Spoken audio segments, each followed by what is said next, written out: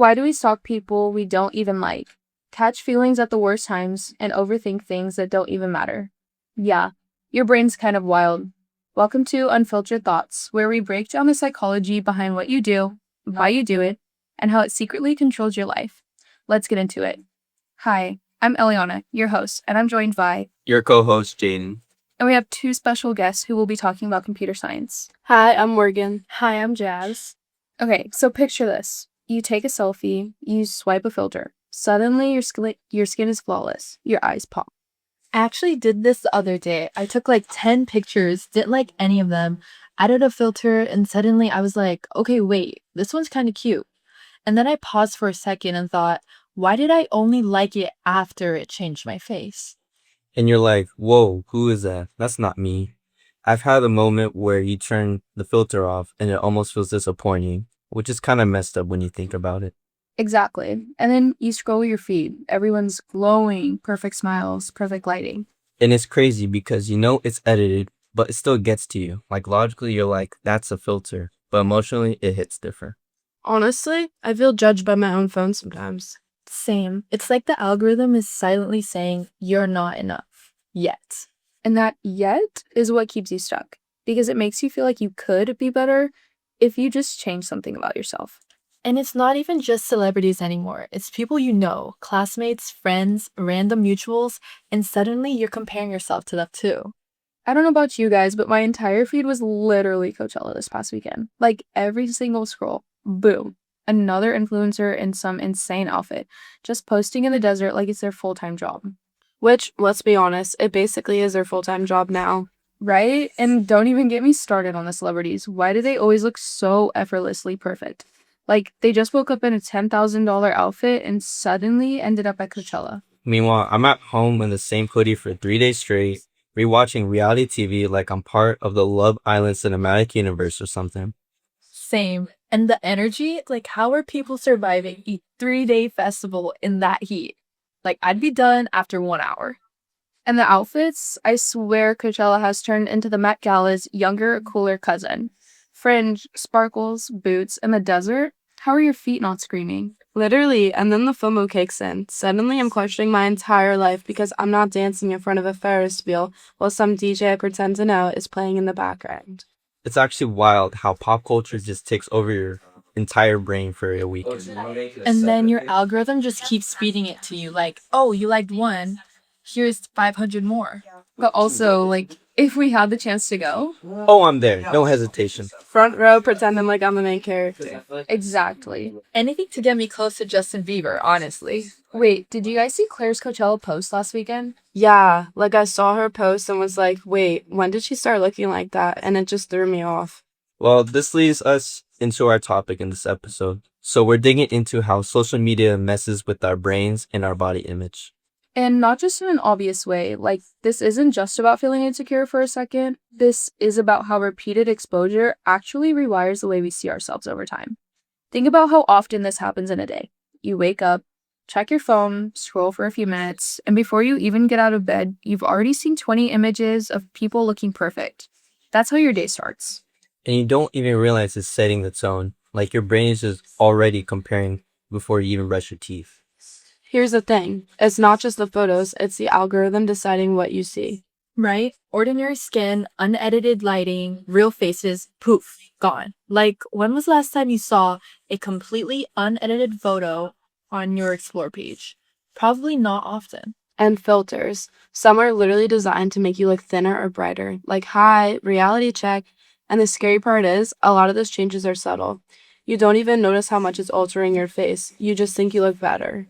But the worst part, the algorithm keeps showing you these perfect images over and over. Your brain starts thinking that's normal. It's a loop. See perfect photos, edit your own, post, see more perfect photos, repeat. I actually tested this once. I liked a bunch of gym and perfect body posts for like 2 days straight, and my entire feed changed. That's all I saw. I felt like suddenly everyone looked like that, even though it was just the algorithm. And the more you interact with the content, like pausing on it, liking it, even just staring at it, the more the algorithm feeds you the same thing. So you're literally training your own feed to make you feel worse. That sounds super exhausting, like a never-ending beauty pageant online. Exactly. And most of us don't even realize it's happening. It's not like someone sat us down and explained the rules. We just got dropped into the system and had to figure it out while it was already affecting us. So here's where psychology comes in. Our brains are wired to compare ourselves to others. It's called a social comparison theory.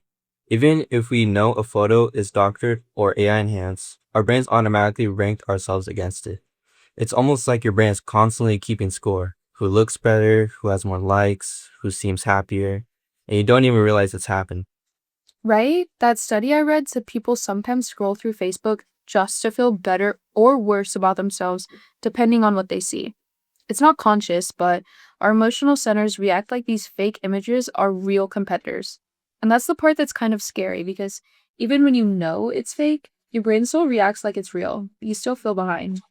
And computer science explains why it feels so real. Algorithms filter the world before it even hits your eyes. What you see isn't a random mix, it's a carefully selected, enhanced version of reality. Okay, so what you're telling me is psychology tells us what's happening in our minds, and computer science explains how the tech creates the problem. Together, we get the full picture. It's like psychology is explaining the reaction, and computer science is explaining the cause. You need both to actually understand what's going on. Yes, exactly. Alone, each field misses something. Psychology explains the internal emotional impact, but not the engineer loops. Computer science shows the design and the manipulation, but not why our brains can't just shrug it off. And that's why this problem is so hard to fix, because it's not just stop using your phone, it's way deeper than that. Okay. Imagine if we walked around in real life with filters on. Like if every time you looked at someone, they had perfect lighting, perfect skin, no flaws at all. That would feel really weird, right? But that's basically what's happening on our phones, and we've just gotten used to it. So, what do we actually do about this? Because at the end of the day, social media isn't going anywhere, but the way it affects us can change. From a computer science perspective, platforms should be more transparent. If a picture is heavily edited or AI advanced, users need to know. Technology should inform us, not mislead us. And platforms could reduce the emphasis on likes, follower counts, and appearance based metrics that encourage constant comparison. When self worth becomes tied to numbers, it creates unnecessary pressure. From a psychology standpoint, awareness is powerful. When we understand how social comparison works, we can catch ourselves before we spiral into negative thinking patterns. We can also take control of what we consume. Following diverse creators, realistic content, and positive communities can actually reshape the environment our brains are exposed to. Algorithms respond to behavior. If users engage more with authentic content, platforms will adapt to show more of it. And AI itself can be part of the solution. Instead of reinforcing harmful comparison loops, it could be used to detect harmful patterns and promote healthier content. Small changes in how we interact online can protect mental health and improve confidence over time. The key takeaway is this: social media may influence our perceptions, but it doesn't define our worth. Technology shapes experiences, but users still have influence over how that technology evolves. When psychology and computer science work together, we can better understand both the problem and the solution. And once we recognize how these systems affect us, we gain the ability to make more intentional choices. So next time you post or scroll, remember, not everything you see reflects reality, and comparison isn't always truth. Understanding the system helps you step outside of it. At the end of the day, social media isn't going anywhere. It's part of our lives now. But the way we interact it, that can change. And maybe the goal isn't to stop comparing completely, but that's human, but to recognize when it's happening and not let it define how we see ourselves. Because the version of people you see online isn't the full story, it's just the highlight reel. And you're comparing your behind the scenes to someone else's edited final cut. That's never going to be fair. So yeah, your brain might compare, but that doesn't mean you have to believe everything it tells you. So next time you post a selfie or scroll your feed, remember, your brain might be comparing, but now you have the knowledge to step back. If you made it this far, your brain is officially in on the secret now. Don't forget to like, subscribe, and share this with someone who definitely needs to hear it. I'll see you in the next episode of Unfiltered Thoughts.